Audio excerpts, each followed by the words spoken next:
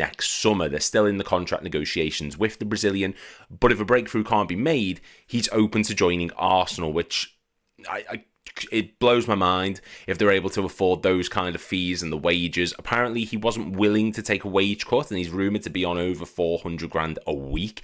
Can't see Arsenal forking that out, so I imagine there'll be some sort of different thing in the contract that allows him to be paid that same amount, but maybe some sort of loopholes, I don't know. It's just mental to me that transfer could happen, but it does give Liverpool free run at Bradley Barcola, and according to Fabrizio Romano, Liverpool want to bid for Barcola and are talking to PSG. We are in active conversations and they will continue. He does say, though, that he does think there will be no breakthrough this weekend, but for sure the conversations will continue and Liverpool keep working on Barcola. We'll see next week. And look, this is one of those ones, it's going to drag on for the majority of the summer. I don't expect it to be a quick resolution. Maybe now that they are signing wingers, maybe that will accelerate it. But yeah, this has gone on now for weeks and weeks, over a month, let's say, and we are still no closer. Liverpool supposedly are preparing to table their first bid. Personal terms with him are not a problem whatsoever. But we will have to go from there. Now that Vinicius Jr.'s linked to Arsenal, now that Morgan Rogers has gone to Chelsea, PSG aren't interested in signing anyone else after these two, so that could seal their fate.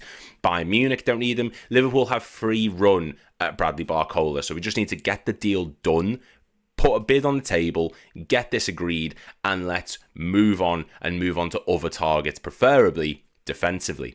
Now, people coming in is one thing, but what about departures? So, according to reports, Inter Milan have renewed contact with Liverpool in recent days to see whether there's any way of convincing Curtis Jones to join. Liverpool continue to value him at 40 million euros. Inter believe Jones wants the move, but a deal isn't currently close. So, Jones to Inter Milan is something that has absolutely been rocking the scene for the past few weeks now. According to reports that came out yesterday, Jones is interested in the move. Now, apparently, despite the comments that have been made by Iraola around Jones's future and how he wants him to stay at the club, he is not feeling that kind of respect in the back room. He still believes that, maybe he's better suited elsewhere. And this whole debacle over the captaincy armband following the Wrexham game doesn't contribute to that. Well, there has actually been a report on that. So, according to James Pearce, senior club sources insist that what happened in Yankee Stadium was the kind of altercation that regularly happens in an elite environment, but usually takes place within the safety of the dressing room. Differences were quickly resolved, and Friday on the training field backs that up. So by all accounts, this whole captaincy armband issue between Jones, Szoboszlai and Tsimikas has been swept under the rug. Now, we've all said we kind of like the passion from Jones. We like that he's this committed and that he's this desired to wear the armband and represent Liverpool at a more senior level, but we also said on Anfield Agenda Extra, which you should go subscribe to, that this should have been kept in the back room, in-house. It didn't need the big pantomime performance that it got, and rightfully so, as James Pearce says. By all accounts, this has been sorted and does not lean into the narrative of him wanting to move to Inter Milan. That is purely in search of game time and a better contract, with Curtis Jones being on a supposed £50,000 a week, which is £5,000 less than Giovanni Leone, 25 grand less than Kostas Tsimikas, and only 10 grand more than Stefan Bajcetic, who has missed 2.38 full seasons of football accumulatively across his career. So that takes note on there. Also, according to James Pearce, Dominic Szoboszlai is the firm favourite to be confirmed as Van Dijk's deputy, and in the line of their Dutch talisman, the former RB Leipzig midfielder has stepped up impressively during the current tour of the US. He's been a source of advice, support for the youngsters on the trip. Now, this isn't exactly groundbreaking news. I think every man and their dog could have told you Dominic Szoboszlai is probably going to become the new vice-captain of Liverpool. And he's shown it on pre-season. He gets that amazing goal against Sunderland, puts in a terrific performance against Wrexham, basically runs past the whole team as if they're not there, works his arse off, did it all last season. I think he is one of the most senior people that you can put in this squad as captain, and maybe it is a bit too soon in some people's eyes. Personally, I don't see which other route you go. You don't give it to Alisson, who's got 1 year left on his contract. There's no one else in the team really. You're not going to give it to Gakpo. You're not going to give it to Kirkes. You're not going to give it to McAllister, links that he could be moving away. Dominic Szoboszlai, new long-term contract, stepped up last season, doing it in pre-season. It makes absolute sense to me, and I have no qualms with it whatsoever. Now, speaking on last season, Florian Wirtz has offered some insights. He's been talking about how he's excited to have Klopp as Germany manager, how he's enjoyed the training sessions under Iraola, but he also said this. When asked on last season, he said, yes, of course, I wasn't happy at all about the season. There was a bit of a pause in between that, though, so make of that what you will. I mean, I was not unhappy every day when I came to training, but I think we expected much more last season. I think we start from zero this season. Also here with this training camp, it's a new start. We have a lot of things to do better this campaign, and I'm very excited for season 2, as are we. Now, the system that Iraola's been putting out there and operating with seems to suit Florian Wirtz down to the ground. He absolutely feels as though he's going to thrive in that sort of Harvey Elliott role that he played against Wrexham, playing maybe as a sort of backup second striker, running late into the... Got some breaking news to bring you. Significant transfer news from Newcastle United. Goalkeeper Lucas Hornacek has completed his Newcastle medical in Spain and is set to be announced as the club's latest signing, coming in from Portuguese side Braga. Newcastle activated his £25.7 million release clause a couple of days ago, and the player travelled to La Manga yesterday. Now, this is a significant line. We understand he's being brought in as the club's new number one. Remember, Nick Pope has been number one. Stay with us. Latest transfer news. We'll have build-up to the first game of the day in the Scottish Premiership. St Johnstone taking on Kilmarnock. But just to reiterate that, Lucas Hornacek coming into Newcastle as the new number one, made his debut for the Czech Republic this past summer. 24 years of age, 6 feet 6 inches tall.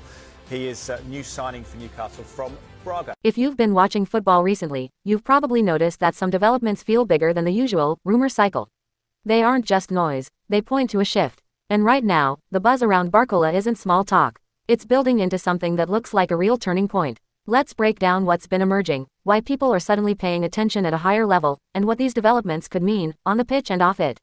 Who Barcola is in the bigger picture. Barcola isn't just another young attacker trying to make headlines. The way he plays fits a specific kind of modern team. Direct, fast between the lines, comfortable taking initiative, and quick to punish hesitation. When a player like that starts growing into more consistent output, it changes expectations. You stop thinking potential and start thinking impact. And that's usually when the football world accelerates. More scrutiny, more tactical focus from opponents, and more attention from teams watching patterns, not just highlights. Why the recent developments feel different? There's a difference between a player doing well in a handful of games and a situation that looks structurally important.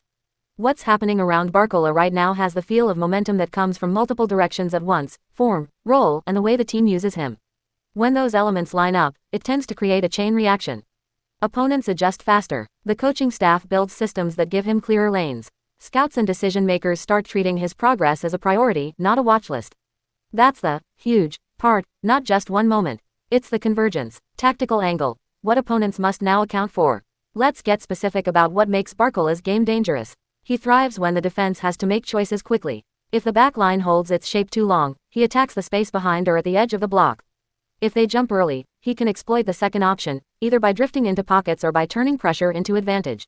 What that means for opponents is simple. They can't treat him like a passenger. They need structure against his runs and discipline against his timing. And if the developments include him being more central to the game plan, opponents face a harder problem each week, because their scouting now has to cover not just what he can do, but how reliably he does it within the team's system. Team impact. How this affects confidence and attacking flow. When a player grows into a more decisive role, it doesn't just change his own statistics, it changes the entire attacking rhythm. Watch what happens when teammates start trusting him. Midfielders play earlier passes because they expect him to convert or draw defenders. Fullbacks and wide players time their overlaps around his positioning. The team's press gains purpose, because one side of the field becomes more threatening after turnovers. This is where developments stop being abstract. The pitch becomes smarter. The team gets sharper in transition. And because Barcola forces defenders into uncomfortable decisions, it often creates chaos that other attackers can benefit from, even when he isn't the final passer. The spotlight, media, scouts, and pressure. Now, when a storyline rises, attention follows. That attention can be flattering, but it also adds weight. If Barcola's trajectory is steep, meaning the improvement is noticeable enough that people can't ignore it, then analysts start discussing him more often by name. Clubs monitoring youth talent take faster interest. Bigger expectations begin to form publicly. And pressure isn't automatically bad. The key is whether the environment around him supports growth. Young attackers often need two things at once: freedom to play, and a clear understanding of what the team expects in big moments. If the huge developments include him being trusted more regularly, then the spotlight becomes fuel rather than friction. 6. What to watch next. This is where the story tightens. If you want to measure whether this is truly huge, don't just watch goals. Watch the signals that show sustained rise.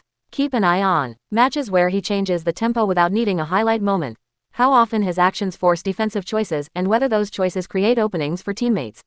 His involvement late in games. Does the energy drop or does the decision-making stay sharp? How consistent his output is across different opponents, especially those who set traps and limit space.